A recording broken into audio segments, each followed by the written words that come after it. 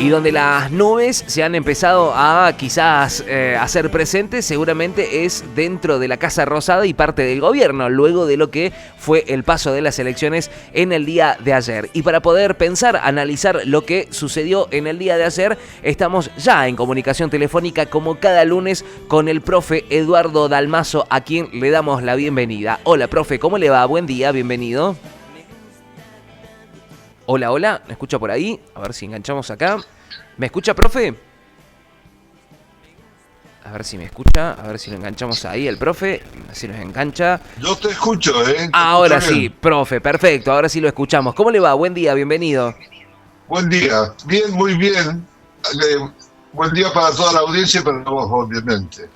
Profe, bueno, me imagino que el día de ayer, domingo, nos fuimos todos a dormir viendo y tratando de analizar un poco lo que sucedió en el día de ayer en la provincia de Buenos Aires con cierta relevancia. Yo recién lo decía que quizás lo más importante es ver octubre, pero este es un primer testeo de lo que puede llegar a tomar como, si se quiere, humor, ¿no? Social. Profe, ¿usted cómo ha visto estas elecciones? ¿Qué es lo más importante que destaca de lo que ha sucedido en el día de ayer en la provincia de Buenos Aires?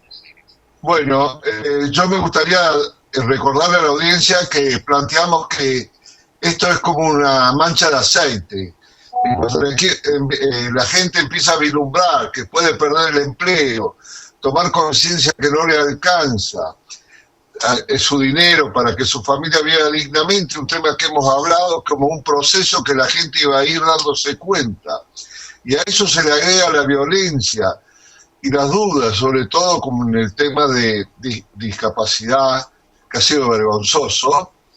Claro, la gente le responde como mal, o sea, no le vota.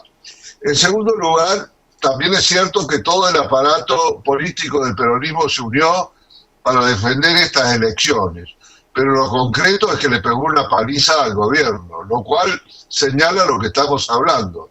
La gente le responde al aparato porque está enojada con el gobierno. Le sacó 14 puntos de diferencia, es una brutalidad. Profe, Entonces, sí. yo perdón que lo interrumpa, pero antes de que pueda continuar con su análisis, la pregunta, yo quería preguntarle si le sorprendió la cantidad de presencia de votos, ¿no? El porcentaje de votantes dentro del padrón, algo que nosotros ya habíamos hablado, como que podía llegar a ser muy escaso. Fue escaso, pero no tanto como se preveía, ¿no? No, evidentemente hubo una reacción, por eso digo que el malestar fue superior a otros, y volcaron, digamos, son votos que tuvo en algún porcentaje de prestado la Libertad Avanza en las elecciones generales, y que ese préstamo se terminó. A eso le agrego, y no hay que desmerecerlo, a la capacidad operativa del aparato de la provincia de Buenos Aires. Pero eso se agrega que Libertad Avanza no presentó, salvo en una de las secciones, no presentó candidatos potables, conocidos, representativos. Se pensó, y eso fue el error, creo yo, de la dirigente Karina Milei, dirigente de la Libertad Avanza, no del país, que con el solo hecho de la imagen de Milei y de Gobierno Milei era suficiente. Lo más importante es darse cuenta lo despegado de la realidad, la mirada política de esta gente que está gobernando. Porque una cosa es haber perdido por 3 puntos, por 4, hasta por 5 te diría. Pero otra cosa es perder por 14. ¿Qué significa eso? Que no tiene capacidad de movilización y que la gente que encaró la organización política no entiende la realidad de la sociedad. Le pasó en Corrientes, no hablemos solamente de Buenos Aires, lo que pasa es que uno de Buenos Aires habla porque es casi el 40% del padrón nacional, es casi el país, pero no lo tiene. Entonces Milei delega en alguien o en un equipo presidido por su hermana que no tienen conexión con la sociedad, no tienen conexión con la dirigencia política que pudiera ser alternativa. Y otra cosa que muestra esto es el fracaso del PRO en unirse a Libertad Avanza. O sea, perderse como partido y no lograr nada prácticamente. Son muchos los efectos de esta elección, muchísimos. Profe, quería preguntarle porque en esto uno empieza a ver, bueno, quizás esto, ¿no? La derrota amplia por parte del gobierno nacional, una amplia victoria del peronismo, pero que dentro del peronismo también marca un quiebre, ¿no? Porque se discutió mucho esta idea del desdoblamiento de las elecciones, algo que implicó que el gobernador tuviese que enfrentar críticas fuertes y quizás también un fuerte trabajo de tratar de socavarlo por parte de sectores de la cámpora o del kirchnerismo. Y con esta victoria termina como fortaleciendo quizás su figura dentro del peronismo. A partir de ahora, ¿empieza una nueva etapa para el gobernador Axel Kicillof de cara a hacer quizás la renovación que está buscando el peronismo? Ayer me detuve a escucharlo al gobernador y hizo un discurso de candidato presidencial.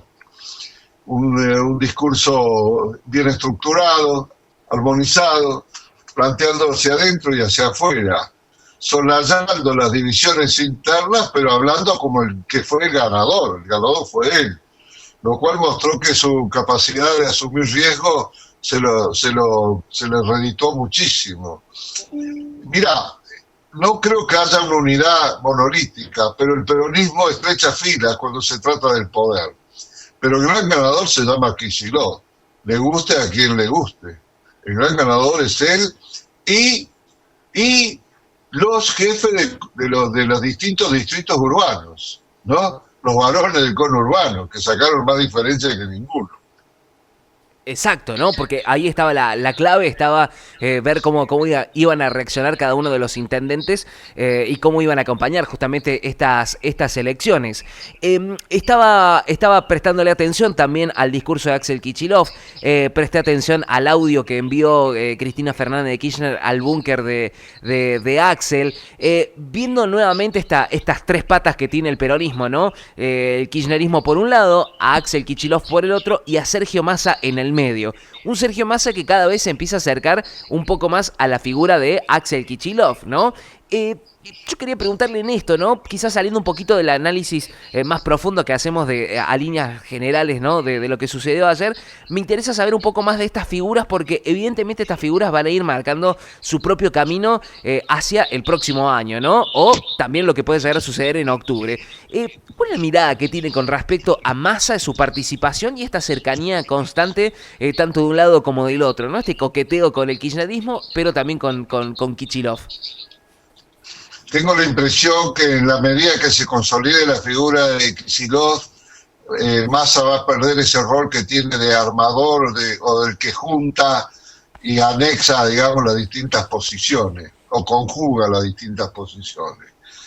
Creo que el discurso de Kicillof es un discurso muy popular, un discurso no oportunista en términos de su trayectoria. No digo que él tenga razón de las cosas que dice, digo que no es oportunista en sus discursos.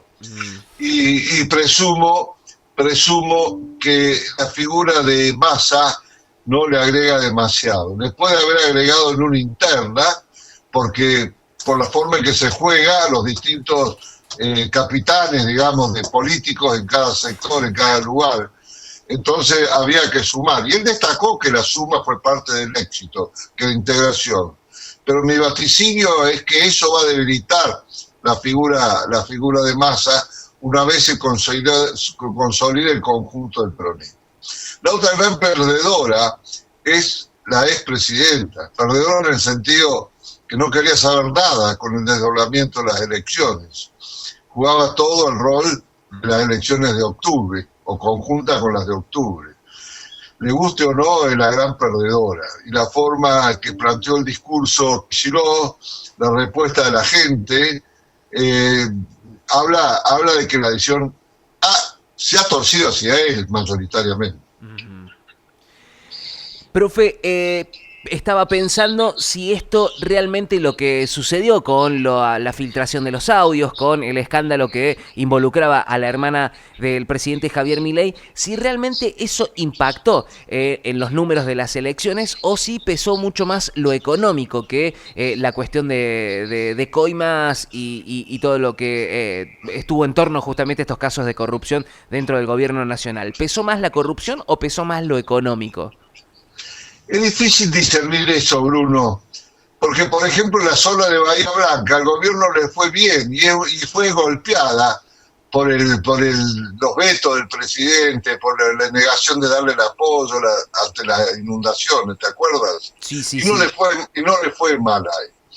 O sea, yo creo que él perdió los votos prestados que tuvo ante la indignación de la gente ante el gobierno de Fernández, que volcaron su voto indignado hacia una esperanza que era Milei, que era el desconocido Milei.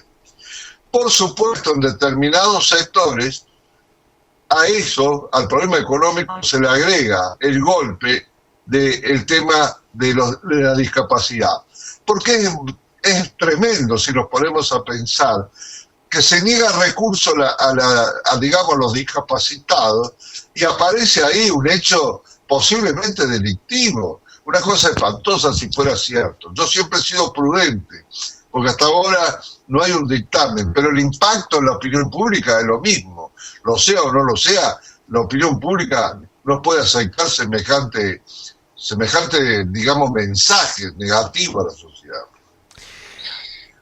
¿Esto, profe, condiciona a las elecciones de octubre? Digo, recién usted hizo una clara mención, ¿no?, del porcentaje que representa la provincia de Buenos Aires, pero no nos olvidemos que queda todo un país todavía por quizás dar su sentencia, entre comillas, a la gestión que viene realizando el gobierno. ¿Piensa que esto condiciona para el mes de octubre o octubre es otra elección aparte de la que sucedió en el día de ayer? Es otra y no es otra, pero me explico.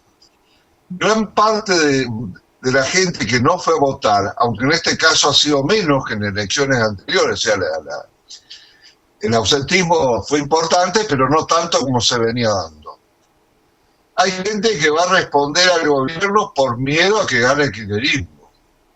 O sea, va a aumentar, pienso yo, los votos de Milei, no por amor a Milei, sino por miedo a que el kirchnerismo arrase. En este sentido, para el antikirchnerismo, esta elección ha sido un aviso importante. ¿Se entiende lo que trato de transmitir? Sí, sí, sí, correcto. Entonces, yo no creo que gane, por todo lo que vengo hablando con vos desde hace varios programas, y menos con esta experiencia, pero puede irle menos mal. Puede irle menos mal, me gusta esa frase, que le puede ir menos mal.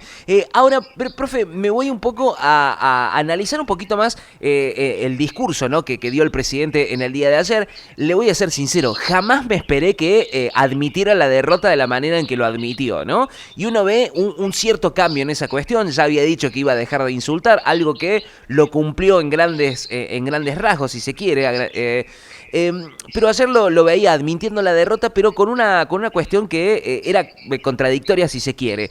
Dijo que había que hacer una fuerte autocrítica, pero minutos después dijo: vamos a seguir sosteniendo el mismo modelo, con las mismas ideas, pero profundizándolo y quizás acelerándolo. ¿Qué toma usted de esa contradicción que hubo en el discurso y qué vio de ese Javier Milei admitiendo una derrota, algo que por primera vez, lo veo yo, admitiendo un error, ¿no?, por parte del propio gobierno? ¿Cómo lo interpreté yo? Correcto.